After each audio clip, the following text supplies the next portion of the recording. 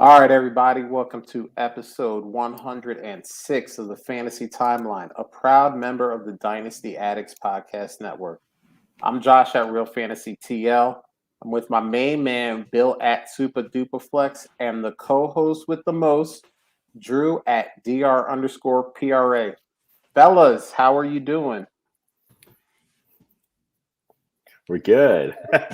You all didn't want to talk at once, huh? I get it. I'm good, man. Bills won convincingly, and it's been a good week so far. So happy to reflect on the week for some things, and then some other things were just wild as crap again, but altogether good. What about you, Bill? How are you feeling? Yeah, good. The Lions don't have a 0 win percentage now. That's pretty amazing. So excited about that. Doing good. It's been an all right week. How you been, Josh?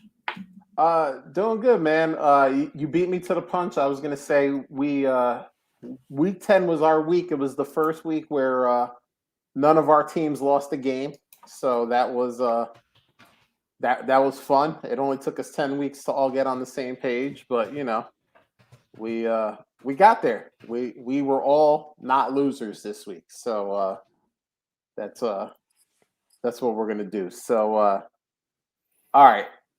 Why don't we do what we normally do? Cut this chit chat out and get to the good, the bad, and the ugly. Bill, why don't you start us off this week, man? Hit us with some good. Yeah, so good was Deebo Samuel. Like, he was just used all over the field. He had 5 targets, 5 receptions, 97 yards and a touchdown, and then also 5 carries for 36 yards, I think, and another touchdown. So, just a pretty, like, they just utilized him to his fullest, right? Like, that's what we expect out of him. He's going to get some touches on the ground. He's going to, he's going to be a pretty solid receiver. I mean, I don't know if he's elite, but just kind of a jack of all trades. So it's kind of pretty impressive. And actually, San Francisco was really impressive this week. So pretty good week for the man. I wanted to use my narrator voice after you said I don't know if he's elite and go, he's elite. He's been so damn good, and he's been healthy. I mean, he had a pretty good rookie year. Year 2 was a lot of injury, and that's when we really saw Brandon Ayuk step up and kind of show what he could do. But I mean, a healthy Deebo is a nasty Deebo, at least for the other 31 teams to deal with. So, yeah, I love that, and it's funny. I almost picked Deebo, but I went another direction and took the guy I took. But before we get there, Drew, what about your good? What was your good this week? Sticking with the home team, and Stephon Diggs finally having his breakout. He usually has one of these blow-up games, and finally got one here. 13 targets, which is awesome to see. Hopefully he and Josh get on the same page for the rest of the season and keep that rolling. But 162 yards and a touchdown. Felt good to see the man do what he should be doing, and hopefully we can put to rest this silly touchdown battle between the Diggs brothers soon. Well, it was interceptions versus touchdowns. I don't know where the tally is at that, because I know Trayvon had another INT this week, so I'm not sure. He's at 8 now. He's at 8. I'm not sure where Stephon is. Wasn't it receptions? Most receptions in one game versus interceptions. You're absolutely right, Bill. That is actually what it is, and I'm sure Stephon. So they're tied. They're currently tied. So there we go. Stephon's going to need a better game because odds are there's going to be a little more accumulation. And I love this. Stephon Diggs is just so good, and I made the joke. Somebody in the FTC, the Fantasy Timeline chat, hit us up if you want to get in there. One of our handles or the Fantasy Timeline handle to get in there. But I think it was Short Logic put the clip of Trayvon Diggs' 8th interception, and I made the joke that it's crazy that he has an older brother who's almost as good at football as he is. So I mean, have a set of brothers ever had a year as good as the Diggs brothers are having right now? I mean, Trayvon leads the league in interceptions. Stephon Diggs is just a beast. I mean, I don't know if two brothers have ever had as good of a season as these two guys are having right now. The closest would probably have to be the Barbers, right? Like Tiki I and mean, Rondé. I wonder if you go defensive, if JJ and TJ ever linked up kind of at the same time in the same year to have two dominant defensive. That would be a good little project. Maybe I'll do that over the week and see if they ever kind of linked up in the same year to dominate on defense. But yeah, I mean, Rondé and Tiki, that's a problem. There's a limited amount of talented brother combinations. I mean, there was always the joke about all the Gronkowski brothers, but there's only one really good one, so it doesn't really count for much. But yeah, man, great. I love that one. Uh, my good was Patrick Mahomes, 35 for 50, 406 yards, 5 touchdowns, 0 interceptions. You know, there was the talk, has the league figured out what the Chiefs are doing? Just put the too high safety, the cover two shell, and you can shut them down. And yeah, the Chiefs said, yeah, that's fine, you can do that, but we'll figure you out eventually. And it was a big game, man. Everybody got involved.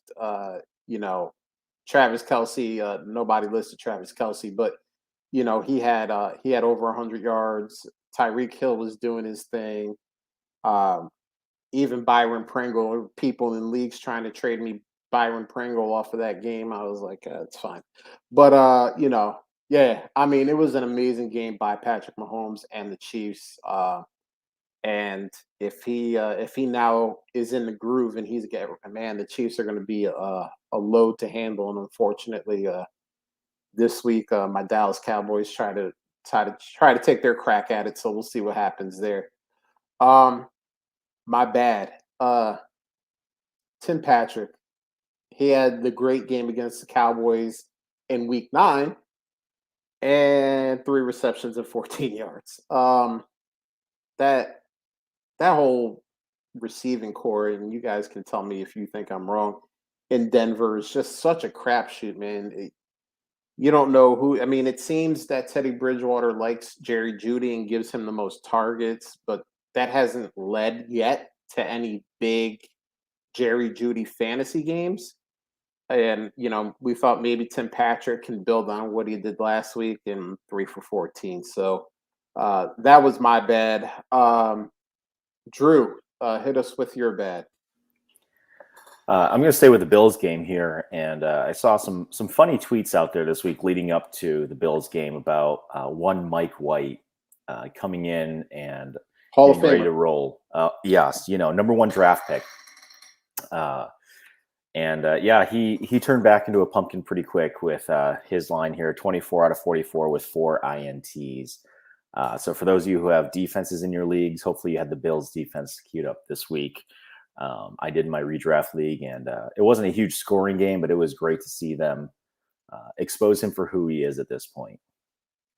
I wonder if the Hall of Fame has taken his jersey down already after that performance. But yeah, man, Mike White, he had a game and a couple of series of greatness, and he went up against the Bills, and now he did so poorly that the Jets are saying they're going to start Joe Flacco, which, all right, bless him.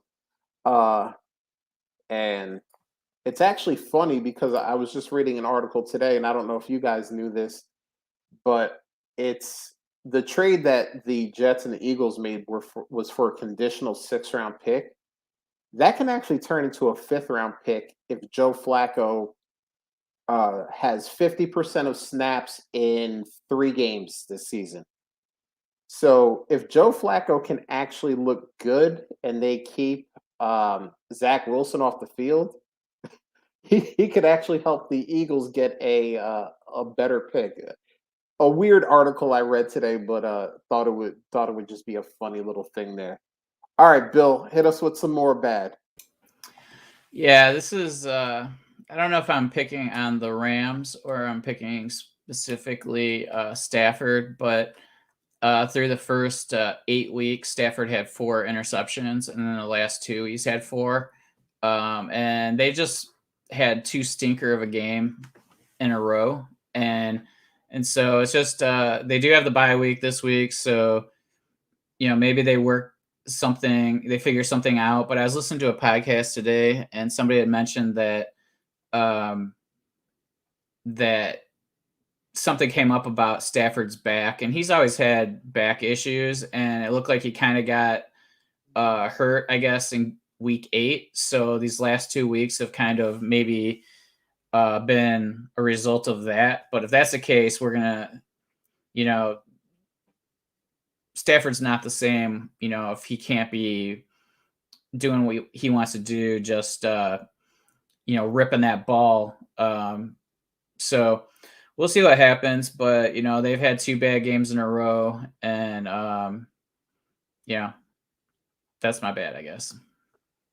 Yeah, and it's interesting because the week before against the Titans, it just was, it was bad play. The Titans defense really stepped up, but I'm curious about this week because I wonder if Robert Woods being gone, he tore his ACL the Friday, a couple days before.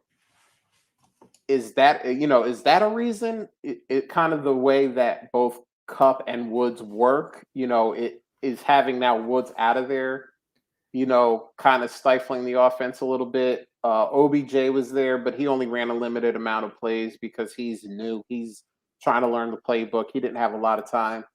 And then Darrell Henderson with the concussion. So I'm wondering is Stafford hurt? That could be a possibility. We know about his injury history.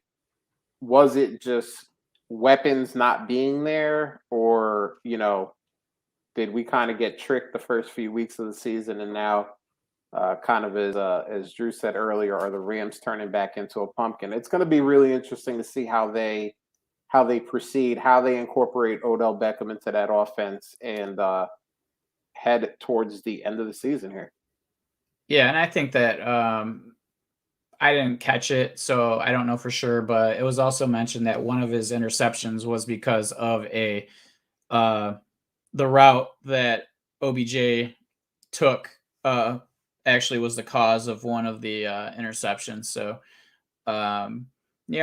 maybe they have 2 weeks to kind of figure it out, and maybe that's all the team needs is just a reset, and they'll figure it out.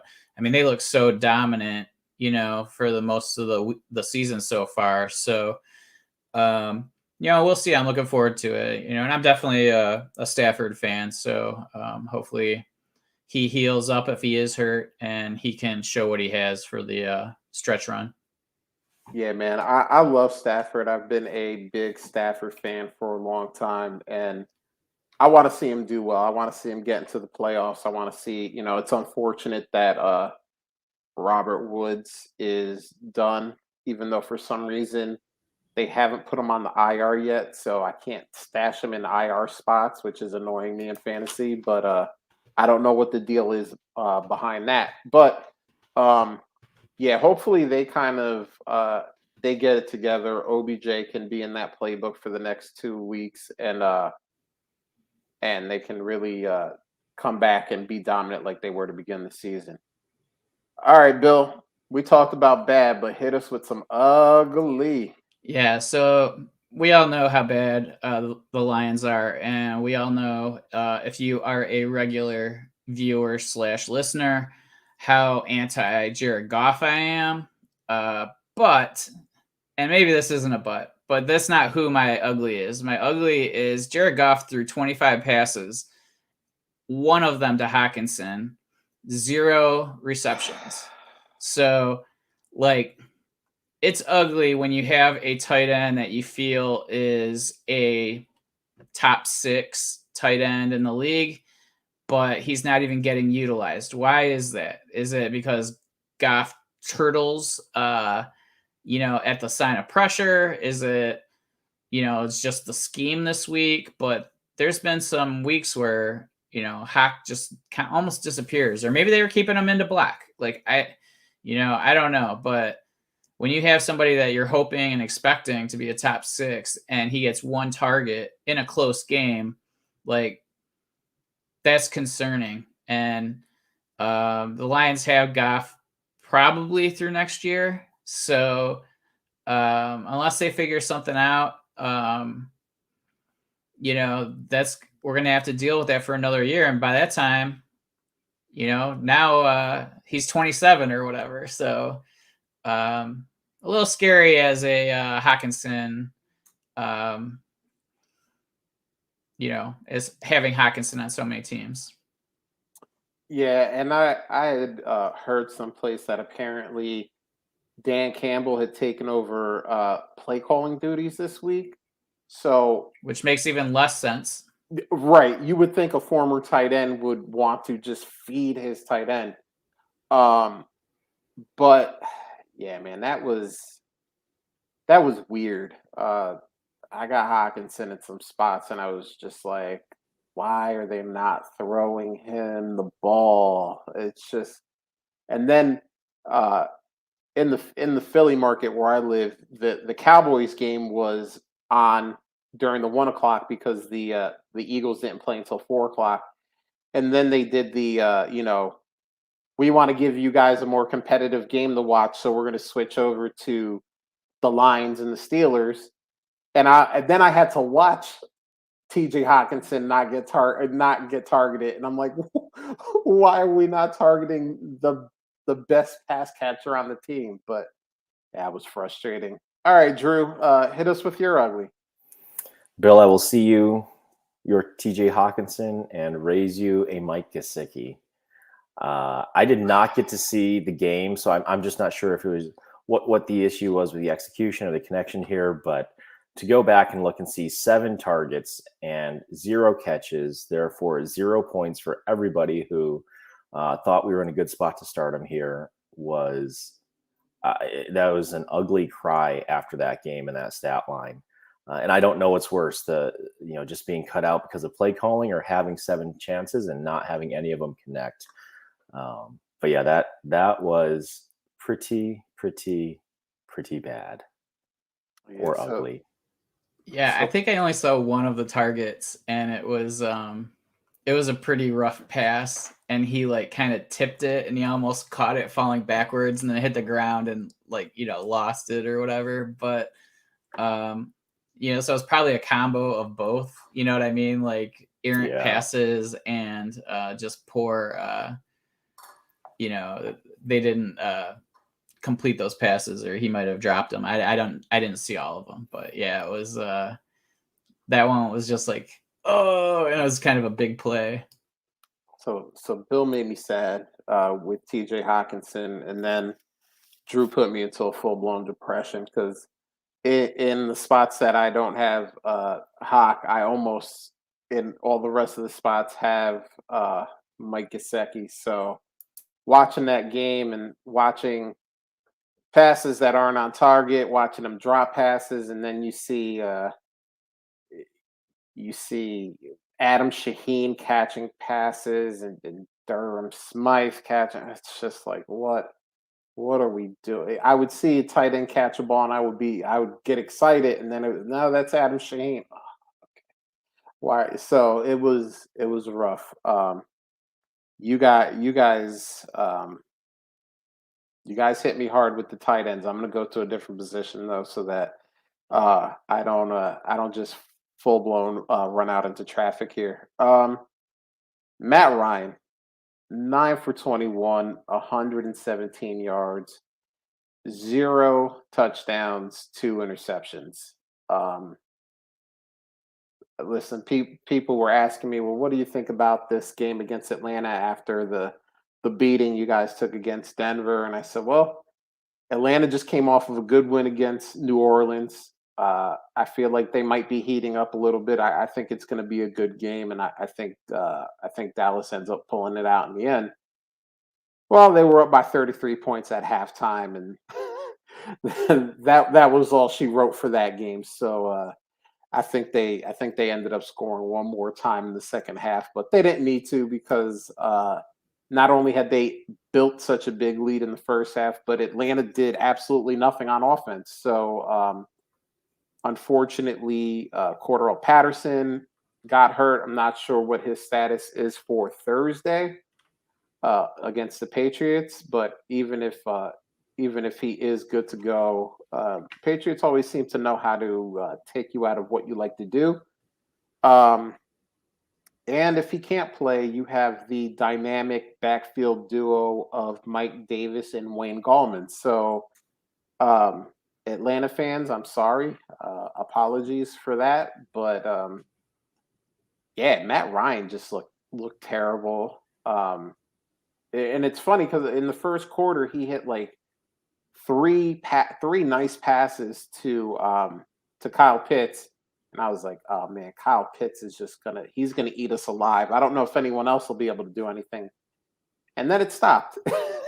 And then there was no more, I know he had a few more targets after that, but after that kind of first quarter, it was no more of the Kyle Pitts show, which I was fine with. Some of my fantasy teams weren't, but I would, as a football fan, was fine with that. So yeah, you guys hit us with two tight ends. I wanted to throw a quarterback in there that just did terribly. Yeah, I was actually going to pick Russell Gage just because like he's like the wide receiver that like is supposed to maybe be the guy, after everybody's been left the team. And he had 3 targets, 0-0. And then I looked up at your ugly, and I was like, whoa, 9 completions. So like I mean, how do you even where do you even start with? And I didn't want to like double the team, but like, yeah, that's rough. And like 9 completions. How do you like that helps no one. Kyle Pitts had a third of Matt Ryan's completions. More. Oh, did he have more than 3 catches? He had 4. 44%. So Atlanta, be prepared to be on the ugly list 2 weeks in a row. Yeah, for real. And I want to make you brought up Russell Gage. I want to make a meme that says stop trying to make Russell Gage a thing. Because he always has that 1 or 2 good games every season, and we go, well, maybe Russell Gage is the guy. And he does. This is what Russell Gage does. Always on your bench. He suckers us in, and then he pulls the rug out from under us, and we hit the floor like a ton of bricks. All right, so we got through the good, the bad, and the ugly. That was a lot of fun. Let's have even more fun, and let's talk about what we saw on the timeline. So this first one here is from JRC at Viking Power 72. This is a Dynasty Rebuild. Would you rather own Javonte Williams or next year's rookie 101? So if you were going to make a trade, the guy is the guy who's trading the pick is straight trash. He's going to definitely be the 101. Are you keeping that pick, or are you trading it away for Javonte Williams? Drew, why don't you start us off here and tell us what you think? Josh, let's have some fun. So in our sleeper league, I actually will most likely have the 101. You also in our sleeper league happen to have one Javonte Williams on your roster. I do have Javonte Williams. I would be willing to give you my 101 next year for that said Javonte Williams. All right, so This is exciting. This is exciting, and let's put a little context on this. So this is a 14-team super flex PPR with no tight end premium, just so that everyone knows this league that we speak of. Drew has been tanking. I've been setting an active lineup every week, Josh. Doesn't mean you ain't been tanking. And listen, by the way, I'm not saying that as a derogatory thing. I think that is a I think that is a fine strategy to use in certain situations. Drew's team dictates that he should be using that strategy, so I got nothing against it. So this is super flex. My team would be the 105 right now if things were to end today. Problem is that 101 will probably, by the time we draft, be a quarterback. I don't know who that quarterback would be because this year's quarterback class isn't exactly lighting the world on fire right now. But I have Josh Allen. I have Kirk Cousins. And I don't think I need a quarterback, especially an iffy quarterback. And I think Javonte is going to be real good, man. I think they show Melvin Gordon the door after this season, and it just turns into the Javonte show. And we've been seeing what he's been doing on limited touches. I mean, he's pretty much 50-50 with Melvin Gordon, and he still looks so freaking good. So, Drew, while I appreciate you and I appreciate the offer that you have made, I think I'm going to keep my Javonte. I think you keep the 101. You do something wonderful with that. And but I like the way you came with that, man. I completely forgot that I had Javonte in that league. I knew you had the 101, so it was an interesting way to get about that. But I do like the fact that you said you would trade the 101 for Javonte, and I think that's an important thing to bring out of this as well. But go ahead, keep going, Drew. I was just going to say, I found this tweet as well, so it was fun to see that you'd already put it on the show sheet. So, and then I guess we'll just go with whatever Bill says here. He'll be the tiebreaker since I want to and you don't. So here you go. Before Bill goes off, our man Justin at Run DFF, you fool, Josh. Listen, I might be a fool, but I think Javonte is going to be really good. And I think Justin wants you to flip that pick after I give it to you. So, Drew, I'm not breaking a tie because you guys agree. You both want to. Oh, that's true. That's very true. So, but I will counter it because it really just depends. Like if I could use Javonte right now, like there's some value in that.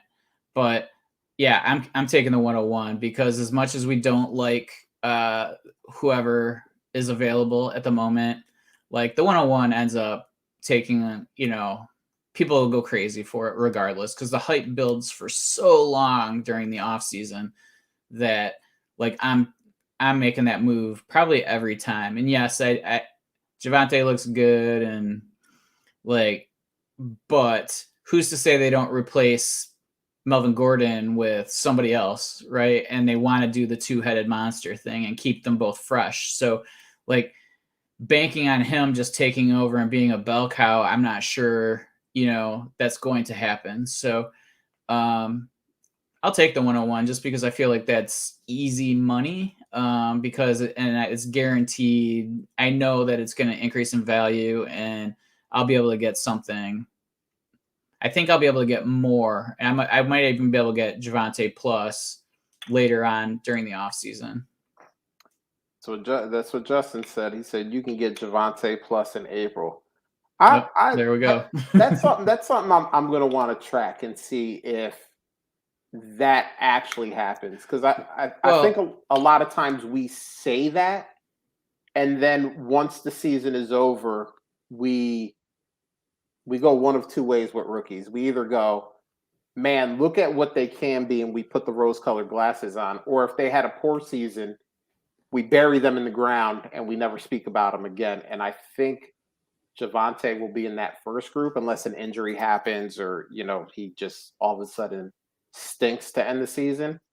So, but I will be curious to see what that maybe I should make a note and do that poll in March 1st or something like that. Like, what would you because who would you consider similar to him? Like J.K. Dobbins, like how everybody was getting excited for Dobbins during the off season. I mean, granted it's a different type of class, but nobody's trading the 101 for Dobbins last year. Right.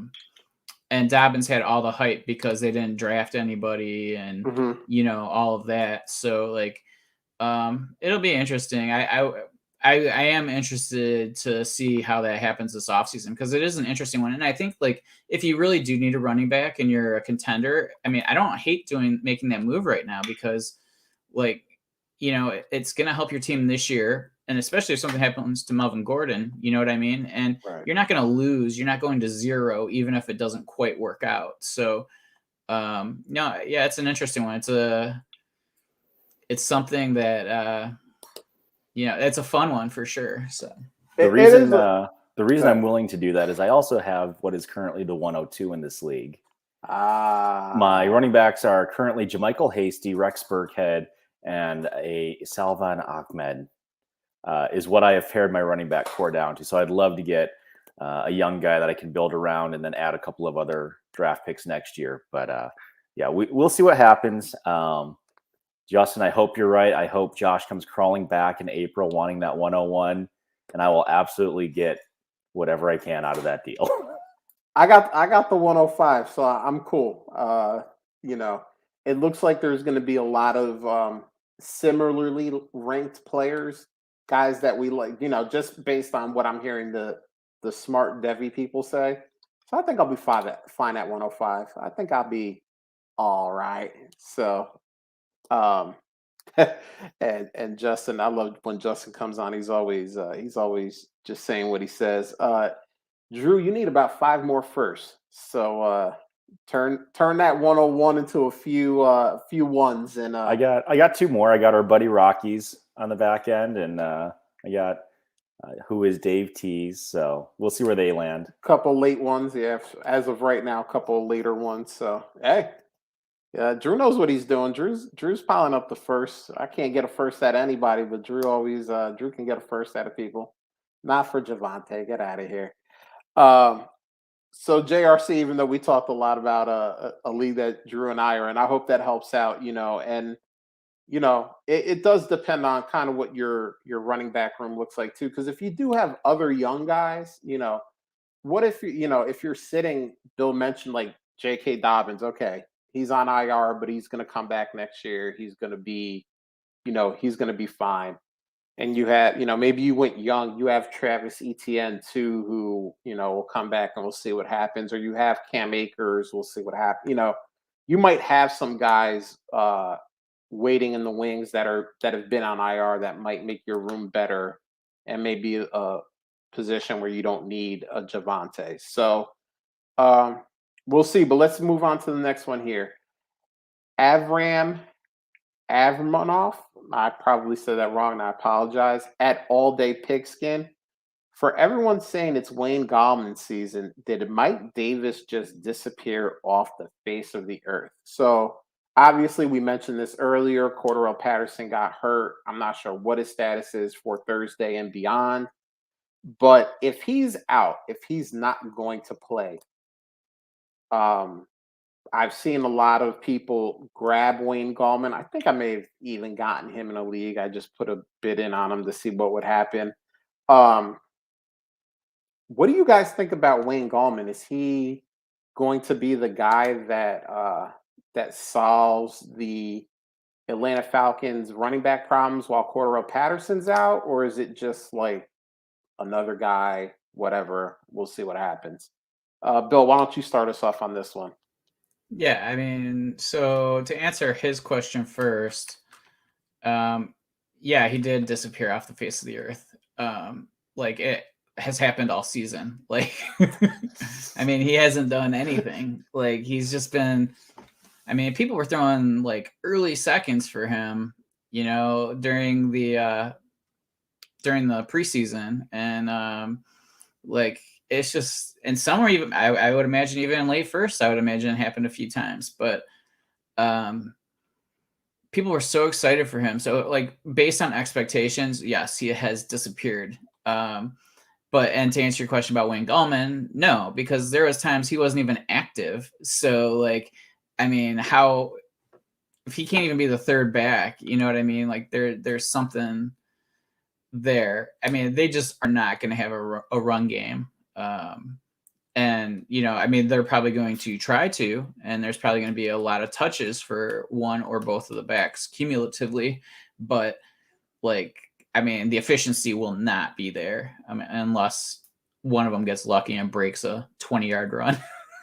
So, And Justin, again, Mike Davis is trash. Oh, he has been this year, man. He has been a hot, steaming pile of garbage.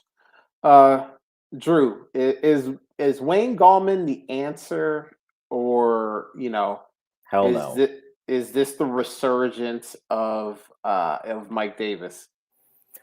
First, I think I saw somebody tweet earlier. I don't know how reliable it was that Patterson has been practicing every day this week, so there is a Okay. possibility that he may try to tough it out tomorrow night. Which even if he does, who knows what that's going to look like. But even if he's a little bit of a decoy or something, maybe it opens up a little something for Ryan. But based on this last week, go and start Rex Burkhead. Go and start Salvon. Go and start Royce Freeman. I have zero expectation for any kind of Atlanta running game, like Bill said, and I would pivot almost anywhere else, especially with Thursday night. Lindsay said it earlier.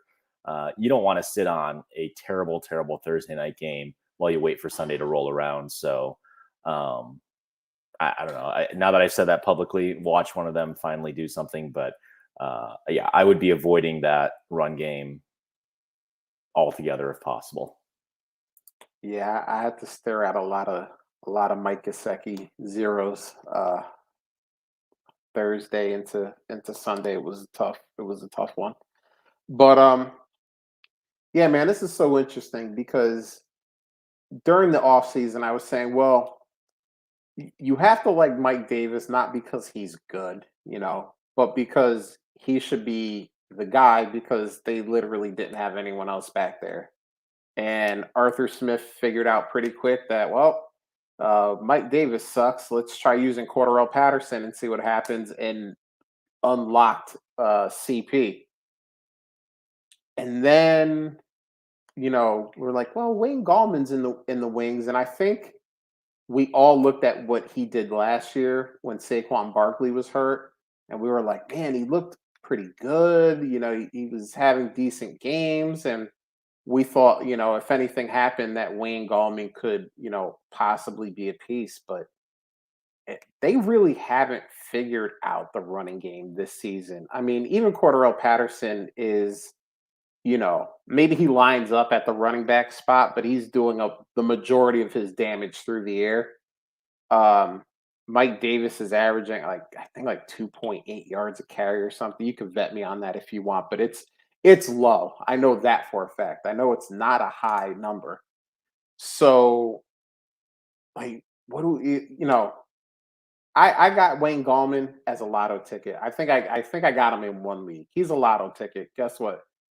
If Cordero Patterson doesn't play and Wayne Gallman goes 12 for 48 with no touchdowns, guess what? He'll probably be the first guy I cut for whatever guy pops in week 11 that I want to try to take, take a claim on it and see if that lotto ticket cashes in, So yeah, at this point, Mike Davis is done. I mean, Mike Davis has disappeared off of the face of the earth since the season started, and Wayne Gallman's not the answer either. So I know Justin is a big Falcons fan. I'm sorry, brother. You got Kyle Pitts though. Be happy in that. You have Kyle Pitts. That guy is going to be a stud for years to come. But at the running back position, it's gonna take a little bit of time, whether it's through free agency or the draft. This next one here is from the dude. I kind of like that, the dude. At Cameron Bears 104. So he's saying his other backs are Dalvin Cook, Kareem Hunt, Chris Carson, and Jeff Wilson Jr. Standard scoring, non-PPR, 20-team Dynasty League. So the first in this trade would probably be between the 12 to 18 range, which is a very wide range. So the trade here is David Montgomery or Travis Etienne and a first. And again, that first is in that very wide range, because if this was a 12-team league, that would be between the 112 and the 206. that there's a lot of difference between those two picks. So we'll each try to decipher how we want to tackle the value of that first. But I'm gonna go first here. And I, according to the poll here, I'm in the minority. Um, I'm going with David Montgomery though. I mean, I know there's probably going to be a new coaching staff in there next year, so what I'm saying now may not be true for the next coaching staff that comes in, but they give him the work. I mean, we thought Khalil Herbert might be a thing even when Montgomery came back based on what he did. And this, last week back, he was, he was getting the majority of the snaps, the majority of the touches. And that says something. And there's not a lot of backs in the league anymore that you go. I mean, we just talked about Javonte Williams, who's literally in a 50-50 timeshare with Melvin Gordon. There's not a lot of backs in the league that we go, when he's in there, when he's healthy, he's the guy touching the ball. You have your Christian McCaffreys. Zeke was that guy, and this year it has been a lot more of a split with Tony Pollard, so we can't even put him in that category anymore. Dalvin Cook is one of those guys, but that list is a very, very short list. So I like a guy, especially at the running back position, that gets those majority of the touches. Travis Etienne, what's he going to be next year? I mean, he was a first round pick, and we thought, big things were coming, even with James Robinson there, because they spent a first round pick on him. And, obviously that means they're going to use him. But he's been hurt. It's, kind of like a live strength injury. And those usually take like a year. Once, we saw it with Julio. He had it and it took him a year. Des Bryant, it took him a year after the surgery to come back. So, okay, so can he be good? Sure, but now I have to wait 3 years before I even find that out. I don't know if I want to do that. And then that first is such a wide range. I mean, if that ends up being the 18th pick, you're really talking about like the 206 and Travis Etienne. I don't want it. I'll probably be in the minority. You guys will probably wise me up on why the other side is better, but that's my opinions on it. Drew, what do you think about this one? I flip-flopped on this. I like the idea of having a couple of shots at something working out, with Etienne coming back and then seeing who's there wherever that pick falls. I get it. I think this class coming up, a lot of people are underwhelmed with maybe the depth of talent, or maybe they just don't think that there's a lot of surefire guys in this draft. So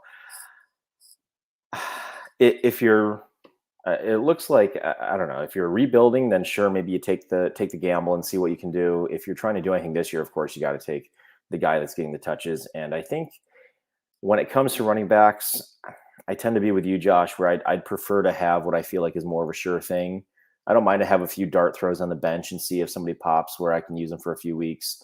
But ultimately, if David Montgomery is my running back too, I would love that. Or maybe depending on a 20-team league, maybe he's your RB1 right now, based on how you structure your team.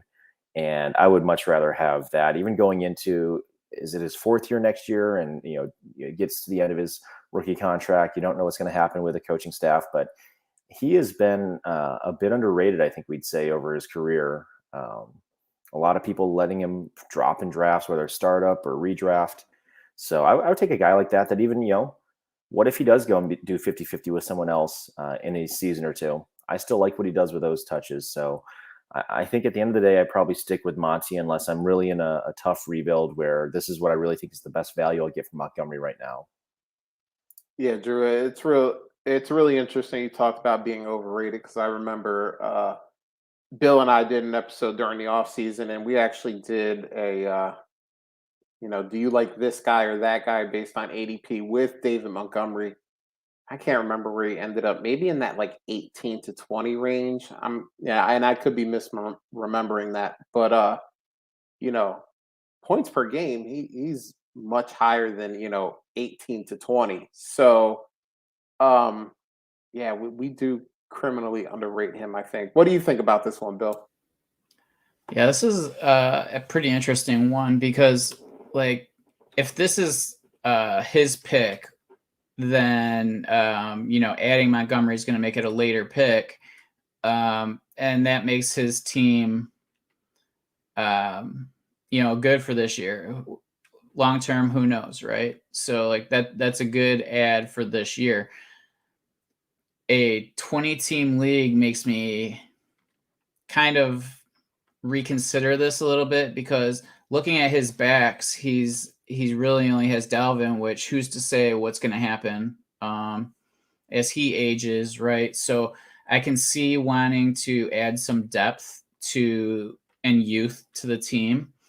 In a 20-team league, is just streaming your second running back that big of a deal? Like, it may not be. So it really depends on if he feels like this can put him over the hump to get to become a true contender, and that's hard to say without more information.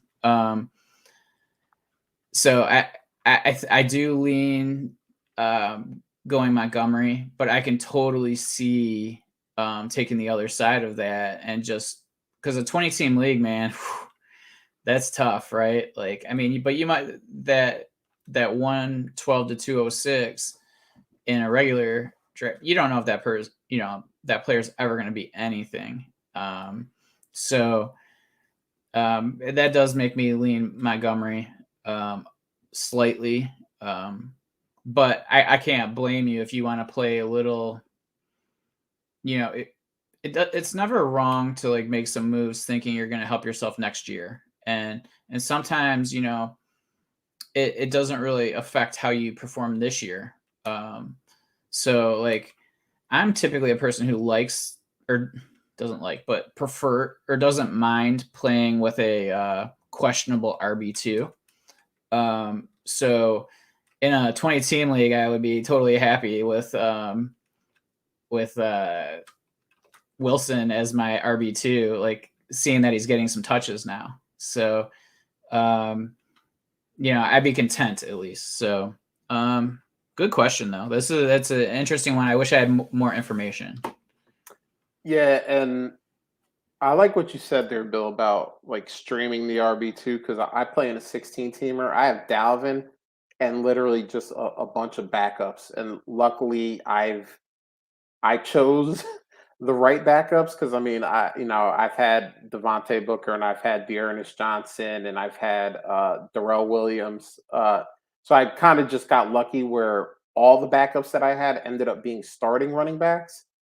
But yeah, sometimes like you said, a Jeff Wilson, isn't a bad way to be, because he's going to get some touches. Tony Pollard is another one where he's the backup on his team, but he'll get you some points, and maybe that's what you look for. Maybe if this is a deal you're a little bit unsure of, why don't you drop down a tier of running back and see, is the Tony Pollard owner, does he have a ton of running backs, or is he giving up on the season and maybe just trying to cash out for what he can get? And maybe you can get Tony Pollard for a cheaper price than you could a David Montgomery. So I like this from Justin. It just made me laugh. He said, wonder which 16-teamer that could be. Justin knows. So yeah, but yeah, I mean, I think we all like Montgomery, but I also think we all understand kind of the allure and the upside that Etienne in the first could have, depending on what happens. But if we all went on the Montgomery side, we would actually be in the very small minority.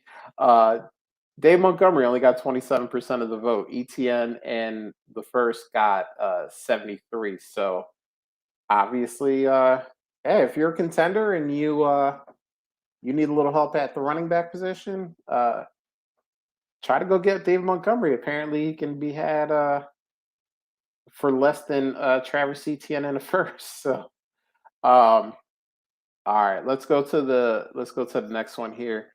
This is from Fantasy Football Commission at Ask the FFC. If Damian Harris plays for the Patriots Thursday night versus the Falcons, do you play Ramondre? So obviously we're talking about the Patriots backfield here. Damian Harris did not play this past week because of a concussion, and they didn't really need him because they destroyed the Browns. What was it, like 45-7 or something like that? It was bad. It was very Ugly. ugly. Yes. We're actually surprised. I'm actually surprised now that I'm saying it, that none of us just put the entire Browns team as our ugly. But yeah. So Damian Harris comes back. What do you guys think? Can you still play Ramondre if Damian Harris is in? Um, Drew, why don't you start us off, man? Do you play him, or is it just like take a pass? My gut reaction to this question is I hope you don't have to make that choice. If Harris is back, I don't think, unless, again, you're in a super deep league, or, again, if you're in a 20-teamer, then sure, you may have no other choice but to. But I think in the typical 12-teamers that we all play in a lot of, I hope you don't have to really consider that, but I understand with injuries and stuff. But no, I think if he plays, for me, I would look elsewhere. I try to flex a different wide receiver, or if you're in a tight end premium, what do you have on the bench for tight end? It's just so tough. There are so few guarantees in this game anyways, and then you start looking at the Patriots backfield on a Thursday night, which I know that the old adage of trying to play running backs on Thursday nights tends to be better, but yeah, I would just avoid that if I could. And again, wait and see what happens. If you have somebody else that's questionable for the weekend, see how that plays out. Play the waiver wire a little bit. You still have some time to get a trade done if you're, if this is a make or break week for you, if that's what you feel. So, short answer is I wouldn't if I didn't have to. All right, Bill, what do you think? Are you playing Ramondre if Damian Harris is available and active this week?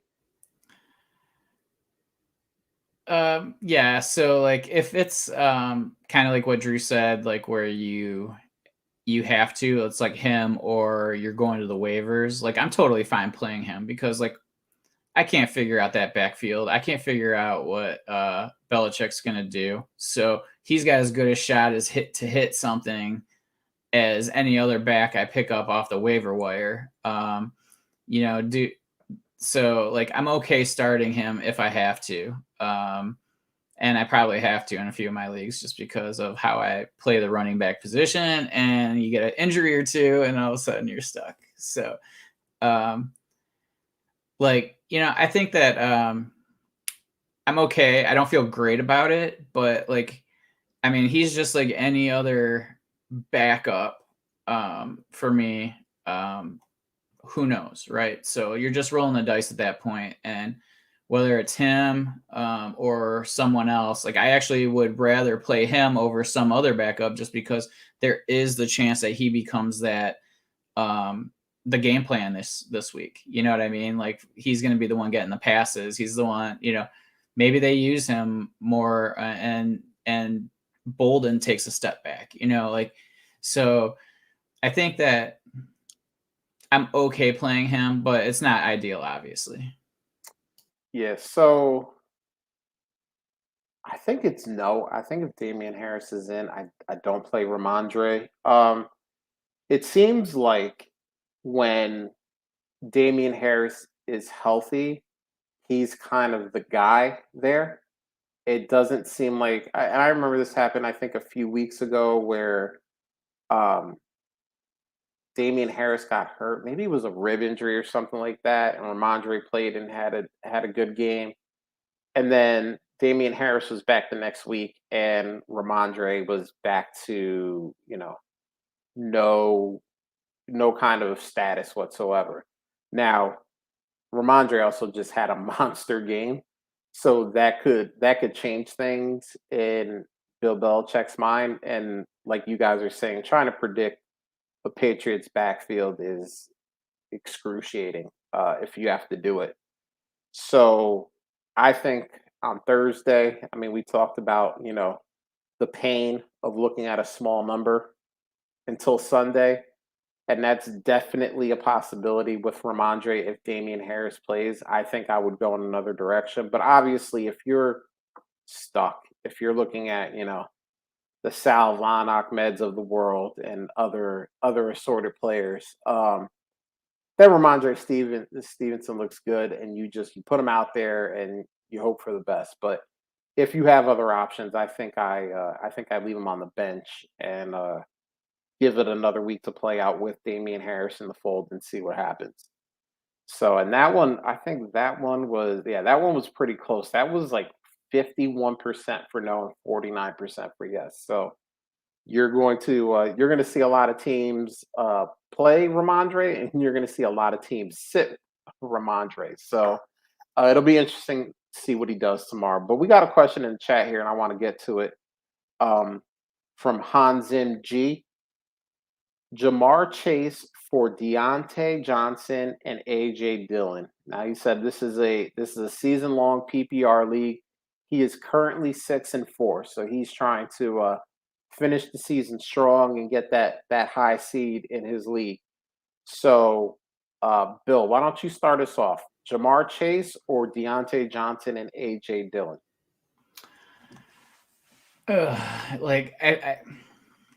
I'm okay taking the Deontay and AJ Dillon side if you really need a running back, and you are if you're 6-4, you need the running back and you need to win this week. I mean, or maybe the next couple weeks, right? Because Dillon should be getting a load of touches the next few weeks, so that would be ideal, and it would help you at least get to where you want to be. And then, once you make the playoffs, who knows what's going to happen. I don't feel like there's such a large difference between Chase and Deontay rest of the season. As long as Ben's playing, right? Like he likes to just pepper him. He gets double-digit targets almost every week. I mean, so I'm okay doing that.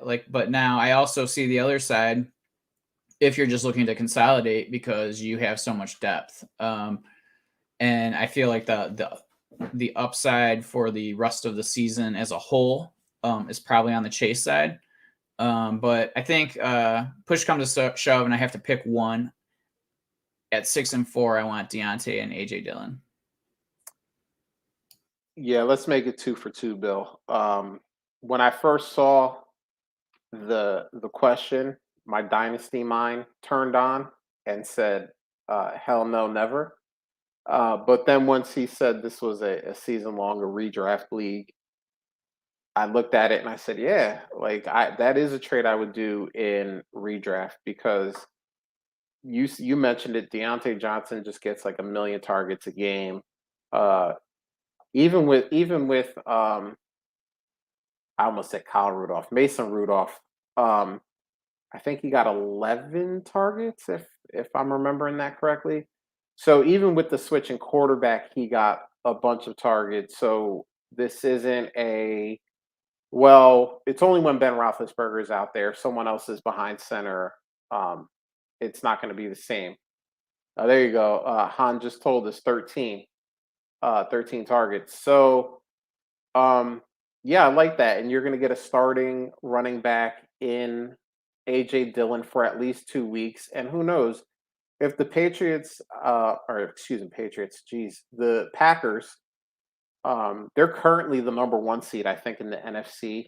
So if they are still winning games, they may give Aaron Jones as much time as he needs to be 100% if AJ Dillon is out there and producing and they're winning games. So it looks like 1 to 2 weeks right now, but it could be, there could be a third week tacked on if, they just go, oh, we just won the last 2. We'll give him 1 more week just to make sure he is right and ready going into the playoffs. So I'll take those 2 guys. And even if Aaron Jones comes back after 1 week, AJ Dillon has some standalone value. So we have to keep that in mind too. So I love Jamar Chase. I can understand why you would, even in redraft, why you would want to keep him. But I like having two guys that could put up big points for you at least for the next week or two. All right, Drew, wrap us up, man. Who do you like? Are you taking Chase or are you taking Deontay Johnson and AJ Dillon? Yeah, I think for redraft, I'm fine taking that. You probably need the running back depth is what it looks like. So whether you've got somebody who's coming back from injury soon, maybe you've got Saquon or somebody that's not back 100% yet, or if you're sitting on Kareem Hunt as your RB2. And the Packers bye is week 13, so I could totally see them doing what you're talking about, Josh, where give Aaron Jones the next 2 weeks total, get him through the bye week, and you get 2 more really good games out of AJ Dillon, and maybe you get to 8-4 and you feel a lot better about your playoff prospects and or points or whatever you're going after here for the league. So I feel like it's a pretty at face value. I understand the sticker shock because I think we do so much dynasty, but like you said, for redraft, I'm with Justin on this one. Go ahead and do it. Yep. So you got not only the three of us saying do it, but Justin's in the chat saying do it, and I'd listen to Justin. Just go ahead and do it. And hopefully, like Drew said, get yourself 2 wins, get yourself to 8-4, and feel real nice heading into the playoff push. All right, we got one more here from the optimistic Vikings fan at Super Skull Fan. And I don't know who dropped this on there, but put at Short Logic Burner. I know it's not his burner because he's never an optimistic Vikings fan. So I don't think it's him, but shout out to our boy Short Logic. He said he's really desperate at quarterback in a super flex league. He's got Joe Burrow, Zach Wilson, and Jared Goff. That's Bill's favorite quarterback there, Jared Goff. But he's stacked at wide receiver. He's got Justin Jefferson, Jamar Chase, CeeDee Lamb, Deontay Johnson, DJ Moore, T. Higgins, and Brian Edwards. What would be an offer for a quarterback using either Moore or preferably, couldn't spit that out, Higgins and Edwards that would be accepted? All right, so like Higgins and Edwards is going to get you like nothing. I mean, it'll get you Derek Carr. Do you think it would get you Derek Carr? I mean, it could on the right team, right? If a team's looking to get younger, and good point. and they want to get Carr off of their team. Like, I'm sorry for jumping in. No. I'm glad you did because you brought up a good point. Oh, no, was that? I mean, yeah, like that's. I just wanted to interrupt you and tell you who I popped into my head. No, that I mean, because I hadn't prepared. No, that's perfect because I was really I was thinking lower than Derek Carr just because I feel like Derek Carr has had a good season. Teddy, Jimmy G. I was thinking Jimmy G. That was actually the name that popped into my mind was like Jimmy G. Teddy, I think could you do Matt Ryan? After this week, you might be able to. That's what I'm saying. Like, you have to do it this week because he's going to come back and do fine. Like, I think. Yeah, because I think he was like, the offensive player of the week, like either week 8 or week 9 or something like that. So he, it's crazy how he's swinging back and forth right now. But yeah, that might be a guy you get him after a terrible performance and hope that he bounces back. Yeah, go ahead. By the way, I was just searching the points per game in the OG Listener League for quarterbacks, and I just wanted to throw this out there, but Baker Mayfield is 29th in points per game for quarterbacks. Like, how the mighty have fallen from 2 years ago. Completely changing the topic, and apologies, but well, first of all, if you're a timeline listener, you know that Bill and Baker have a blood feud going on right now. It's been going on for years. I do love his commercials. That's all. That's what I have good to say about him. Yeah, Bill likes Baker's personality is pretty much what he's saying. So he has a great personality. He does have a great personality. But yeah, Drew brought it up. I was thinking like Jimmy G because honestly, I mean, I think T Higgins has been like a mid to high end wide receiver 3 this year. Brian Edwards had a good week last week, but he's been pretty much non-existent before that. So, I mean, you're not going to get anything that you are like, oh man, I'm so glad I traded these two guys and got this quarterback. You'll get Jimmy Garoppolo, and you'll be like, okay, he's decent. He starts every week. He doesn't kill my team. Or same thing with like a Teddy Bridgewater, but you're never going to be like excited to plug that into your super flex and be like, yeah, like I know this guy can get me, 28 points this week. You're like, yeah, if this guy can just get me like 15, I'll be all right. I'll be happy with that. Yeah, I think this is something that you look at Superflex too, and I've been there before, where you just automatically assume you have to start a second quarterback in that Superflex spot. But you look at the depth of the receivers. I mean, even if to start 3, that means you're choosing to bench Deontay and DJ Moore maybe every week, and there are weeks that those two could outscore Jimmy Garoppolo or Teddy Bridgewater or one of these other guys. The other thought that I had come across was, do you package Zach Wilson as still a young rookie if somebody's optimistic about him and try to upgrade to a more veteran quarterback that maybe somebody else has as their third quarterback or something like that. So you got a couple options, but I wouldn't just go and move guys to move them just because you want to have somebody fill a position. You want points, right? So maximize your points. Is there someone else in another position that can take that super flex spot that points per game will give you a boost and help you make a strong push this year and, hopefully set you up for the future as well?